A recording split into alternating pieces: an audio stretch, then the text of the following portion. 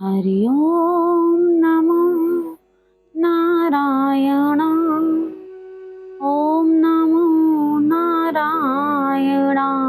हरि ओम नमो नारायण। हरि ओम नमो नारायण। हरि ओम नमो नारायण।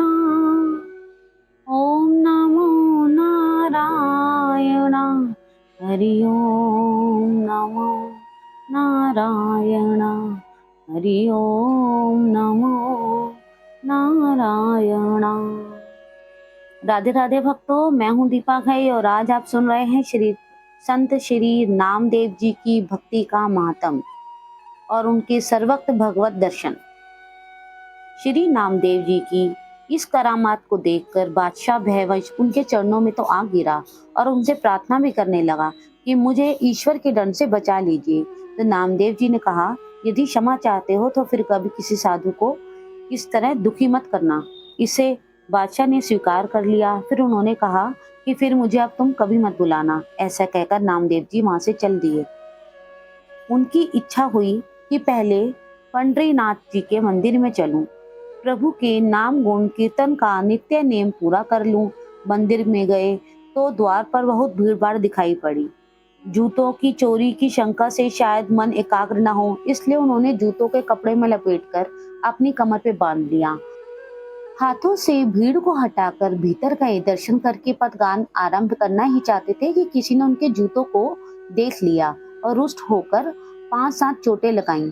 फिर धक्का देकर मंदिर से बाहर निकाल दिया। परंतु नामदेव जी के मन में पंडितों के इस व्यवहार से थोड़ा भी क्रोध नहीं आया।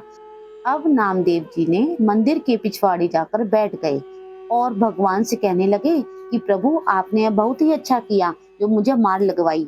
मेरे अपराध का दंड तुरंत ही दे दिया। अब नित्य नियम के अनुसार पद गाता हूँ, सुनो। पद गाने लगे, जिसे सुनते ही भगवान का हृदय करुणा से भर गया। भक्तों की विरह व्यथित एवं दीन देखकर प्रभु व्याकुल हो गए।